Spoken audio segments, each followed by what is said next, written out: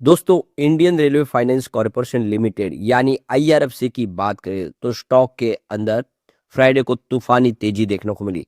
करीब 10% की तेजी के साथ इसने क्लोजिंग दी है।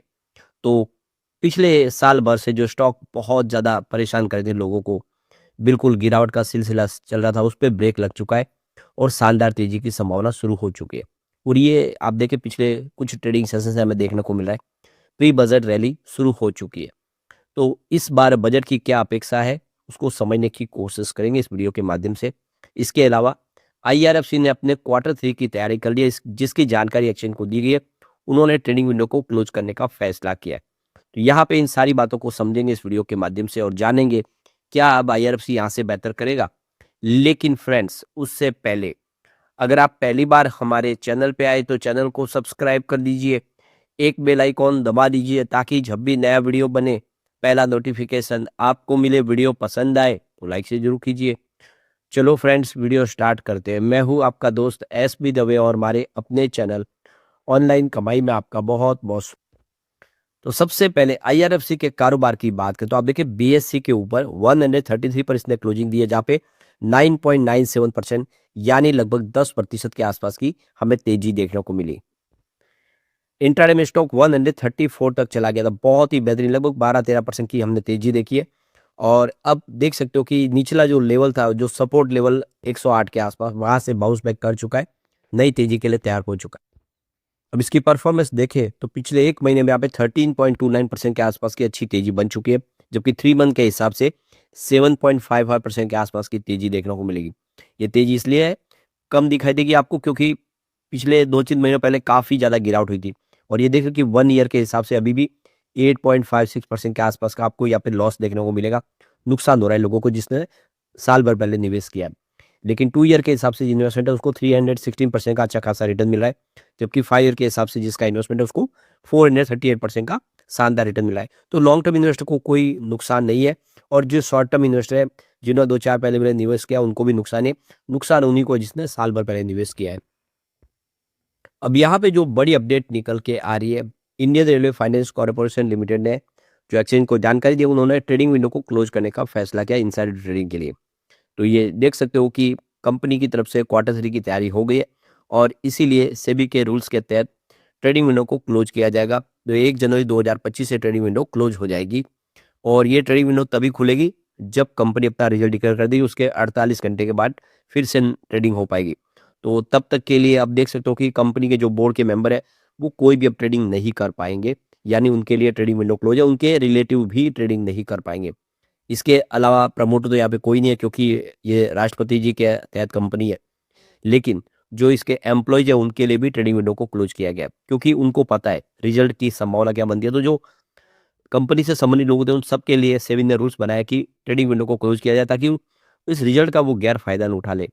तो अब आप देख सकते हो कि यहाँ पे क्वार्टर 3 की तैयारी हो चुकी है। उम्मीद है कि इस बार क्वार्टर 3 बेहतर होगा और फिर यहाँ पे एक पॉजिटिव माहौल की संभावना बन सकती है, एक अच्छा फ्रेश ट्रिगर मिल सकता है। तो इस बार 2 ट्रिगर होंगे, एक तो बजट होगा और एक क्वार्टर 3 का रिजल्ट होगा।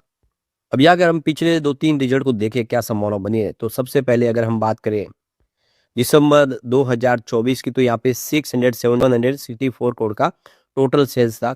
मार्च में देख सकते हो कि ये सेल्स थोड़ा सा घट के 6,723 करोड़ के आसपास पहुंचा और जून में फिर 6,915 करोड़ के आसपास, यानी थोड़ा सा सेल्स बढ़ा है। लेकिन सितंबर में सेल्स में फिर कमी आई, 6,372 करोड़ के आसपास है, यानी पिछला जो क्वार्टर 2 में कंपनी का सेल्स कम हुआ है। अगर हम बात करें कंपनी के खर्च की, तो बहुत ही कम खर्च है, ये सबसे बड़ा इसका प्लस पॉइंट है। बड़ी-बड़ी कंपनी होने के बावजूद भी ये खर्च बहुत कम है। इसका आप देखिए 39 करोड़ का खर्च था दिसंबर 2024 में, मार्च क्वार्टर में 44 करोड़ का खर्च हुआ, जून में 47 करोड़ का खर्च था और सितंबर क्वार्टर में मात्र 49 करोड़ का खर्च था। ये बहुत कम देखने को मिलता है कि इतने बड़े सेल्स के सामने खर्च आपको मात्र 50 करोड़ से भी नीचे दिखाई देगा। अब ऑपरेटिंग प्रॉफिट देखिए कितना ज़बरदस्त है। तो दिसंबर 2024 में 6,724 करोड़ के आसपास था। मार्च क्वार्टर में यह थोड़ा सा घट के 6,679 करोड़ के आसपास आया, जबकि जून क्वार्टर में बढ़ते हुए 6,869 करोड़ तक पहुंचा। सितंबर फिर थोड़ा सा कम हुआ, 6,323 करोड़ के आसपास का ऑपरेटिंग प्रॉफिट था। फिर भी जबरदस्त है, आप देख सकते हो कि कंपनी का बिजनेस काफी बेहतर है। अदर इनकम बिल्कुल नहीं थी क्वार्टर 2 में। अब यहाँ पे बात करें प्रॉफिट बिफोर टैक्स की, तो 1631 करोड़ के आसपास बताया था दिसंबर क्वार्टर में, जबकि इस बार सितंबर क्वार्टर में ये प्रॉफिट बढ़ते हुए 1777 करोड़ तक पहुंचा। और यहाँ पे नेट प्रॉफिट और प्रॉफिट बिफोर टैक्स में कोई आपको फर्क दिखाई नहीं देगा। इसके पीछे वजह कि कंपनी किसी प्रकार का कोई टैक्स पे नहीं करती है, इसको टैक्स के दायरे से बाहर रखा गया सरकार ने। इसी की वजह से आप देखें तो कंपनी को कुछ प्रकार का कोई खर्च होता नहीं है। ऊपर से इसकी जो भी जो कर्ज दिया हुआ उसकी गारंटी भी सरकार लेती है, यानी इनका जीरो एनपीए बिल्कुल। तो ये प्रॉफिट बढ़ा है लगातार, आप देख सकते हो काफी अच्छा रहा है। और ईपीएस में वृद्धि हुई है, 1.25 रुपीज का ईपीएस था दिसंबर 2024 में, जो बढ़ते हुए 1.376 रुपये तक पहुंच गया है। ऐसे में हम कह सकते हैं कि कंपनी का बिजनेस अच्छा है, और जैसे सरकार का इसको सपोर्ट मिल रहा है, ये आने वाले समय कमाल कर सकता है। अब आप देखो कि हमारे सामने फिर से नया बजट आने वाला फाइनेंशियल 2027 का, और इस बार जो कैपेक्स है वो 2.75 लाख करोड़ तक जा सकता है, ऐसी उम्मीद की जा रही है। तो ये देख सकते हो कि इस बार सरकार कैपेक्स बढ़ा सकती है। पिछली बार उतना खास नहीं बढ़ाया था, लेकिन इस बार सरकार देख सकते हो कैपिटल एक्सपेंडिचर बढ़ाएगी, 2.75 लाख करोड़ तक जा सकता है। तो ये देखो कि पिछली बार जो बजट एलोकेशन हुआ था 1.42 लाख करोड़ का, उसका 56.5% ऑलरेडी यूटिलाइज कर लिया गया है। तो ये रिकॉर्ड कैपेटी जो है कैपेक्स यूटिलाइजेशन हुआ है, और इससे सरकार को भरोसा जगा है कि आने वाले समय रेलवे के प्रोजेक्ट जिस तेजी से बढ़ रहे, तो बजट बढ़ाने की आवश्यकता है। तो ये देख सकते हो कि इस बार डेफिनेटली बजट बढ़ेगा रेलवे का, ऐसी उम्मीद है। तो रेलवे अंदर जो ऑफिसर्स की जो खबरें निकल के आ रही है कि 6 महीनों के अंदर ही जो कैपेक्स देखे तो काफ़ी ज़्यादा ऑलरेडी इस्तेमाल हो गया है। या और अब देख सकते हो कि यहाँ पे ईयर के एंड तक 80 से लेके 85% तक का कैपेक्स इस्तेमाल ऑलरेडी हो जाएगा। तो ये देख सकते हो कि जिस तरह से यहाँ पे पूरा आप क्लियरली देख सकते हो कि जो भी फंड एलोकेशन किया था उसका यूटिलाइजेशन हो गया है, और इसलिए आवश्यकता है कि इस बार फंड और बढ़ाया जाए। बहुत सारे रेलवे के प्रोजेक्ट है जो इस समय शुरू है, उनको पूरा करने के लिए फंड की आवश्यकता है। तो यहाँ पे आप देख सकते हो कि 10 से 15% का जो बजट का एलोकेशन है वो कंप्लीट नहीं हो पाएगा। तो इसके पीछे वजह ये भी है कि कुछ यहाँ पे इश्यूज है, जिसमें आप देखें तो कुछ क्लियरेंस अभी तक मिले नहीं, उसकी वजह से भी ये मामले कुछ रुके हुए प्रोजेक्ट डिले हुए, जिसकी वजह से ये थोड़ा सा बजट रह सकता है। इस समय रेलवे देखे तो स्पेशली देखो ट्रिपल पी पे काम करे नहीं, प्राइवेट पब्लिक प्राइवेट पार्टनरशिप के ऊपर फोकस कर रही है। तो आने वाले समय आप देख कि ये सारी बातें साबित करिए कि आईआरएफसी जैसी कंपनियों को फायदा होगा। गवर्नमेंट एक बड़ा फैसला बजट के पहले भी कर लिया है कि आप देख सकते हो कि इस बार किराया बढ़ाया गया काफ़ी समय के बाद। एसी और नॉन एसी कोचेज़ में भी देखें तो टिकट के ऊपर किराया बढ़ाया गया है, जिससे आने वाले समय में सरकार की कमाई बढ़ेगी, और जो लगातार खर्च किए जाने की आवश्यकता है उसमें खर्च भी कर पाएगी। जब टिकट के माध्यम से एक्स्ट्रा पैसा आएगा तो उस फंड का इस्तेमाल होगा नए प्रोजेक्ट शुरू करने के लिए, जो प्रोजेक्ट चल रहे हैं उनको पूरा करने के लिए। एक और जो बड़ी अपडेट निकल के आ रही है, इंडियन रेलवे ने जो प्लानिंग की है कि बहुत जो बड़ी-बड़ी सिटीज़ है, करीब 48 मेजर सिटीज़, वहाँ पे इस समय जो ट्रेन की कैपेसिटी उसको 2030 तक डबल कर दिया जाएगा। जितनी ट्रेनें चल रही है उसको डबल किया जाएगा, क्योंकि लगातार बहुत ज़्यादा वहाँ पे ट्रैफ़िक हो रही है, और ऐसे में नई ट्रेनें और शुरू की जाएगी। तो देखो कि जो मेजर सिटीज़ है वहाँ पे आने वाले 5 सालों में जितनी भी ट्रेनें हैं उसकी कैपेसिटी डबल कर दी जाएगी।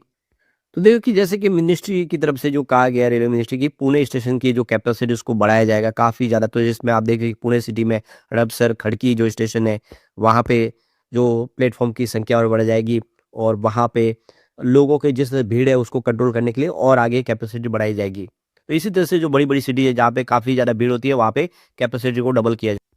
तो रेलवे मिनिस्टर ने एक यहाँ पे प्लान सबमिट किया है, जिसमें बहुत सारे स्टेशन है, जिसमें आप देखिए दिल्ली, मुंबई, चेन्नई, हैदराबाद, बेंगलुरु, पटना, पुणे, मथुरा, आगरा, लुधियाना, इन सब सिटी के अंदर आने वाले समय बहुत सारा और खर्च किया जाएगा। यहाँ पे नई ट्रेनें शुरू की जाएगी, प्लेटफॉर्म की संख्या बढ़ाई जाएगी, यानी कैपेसिटी डबल की जाएगी। तो ये सारी बातें साबित करिए कि आने वाला जो समय है वो रेलवे सेक्टर के लिए और शानदार होगा, और ऐसे में रेलवे के शेयर फिर से शानदार कर सकते हैं। सबसे बड़ी बात है कि आईआरएफसी को बहुत ही शानदार रेटिंग भी मिलती है। आप देख सकते हो कि यहाँ पे क्रिशिल की तरफ से देखें तो ट्रिपल ए की रेटिंग मिली है, स्टेबल आउटलुक है, लॉन्ग टर्म फैसिलिटीज के ऊपर A1+ की रेटिंग है, और शॉर्ट टर्म के लिए भी। तो ये देख सकते हो कि बहुत ही बेहतर रेटिंग है। ट्रिपल ए की रेटिंग मिलना और स्टेबल आउटलुक का मतलब ये है कि यहाँ पे जो भी इन्वेस्टमेंट है वो सुरक्षित है। इकरा की तरफ से भी देखें तो ट्रिपल ए की रेटिंग, स्टेबल आउटलुक है लॉन्ग टर्म के लिए। शॉर्ट टर्म के लिए भी देखें तो A1+ की रेटिंग है। केयर रेटिंग की तरफ से भी देखें तो आईआरएफसी को ट्रिपल ए की रेटिंग प्रोवाइड की है। जितनी रेटिंग एजेंसियाँ है वो बहुत ही बेहतर रेटिंग दे रही है, और ट्रिपल ए की रेटिंग का मतलब है कि हाईएस्ट रेटिंग मिल रही है। ऐसे में जो भी निवेश है उनका सुरक्षित है, और आईआईएफसी आने वाले समय बेहतर करेगा। लेकिन फ्रेंड्स, कोई भी इन्वेस्टमेंट करने से पहले अपने फाइनेंशियल एडवाइजर से एडवाइस ले ले या अपना खुद का रिसर्च करें, क्योंकि मैंने वीडियो आपके एजुकेशनल पर्पज के लिए ही बनाया। वीडियो पसंद आए तो लाइक से जरूर कीजिए और चैनल को सब्सक्राइब कर दीजिए। Thank you friends.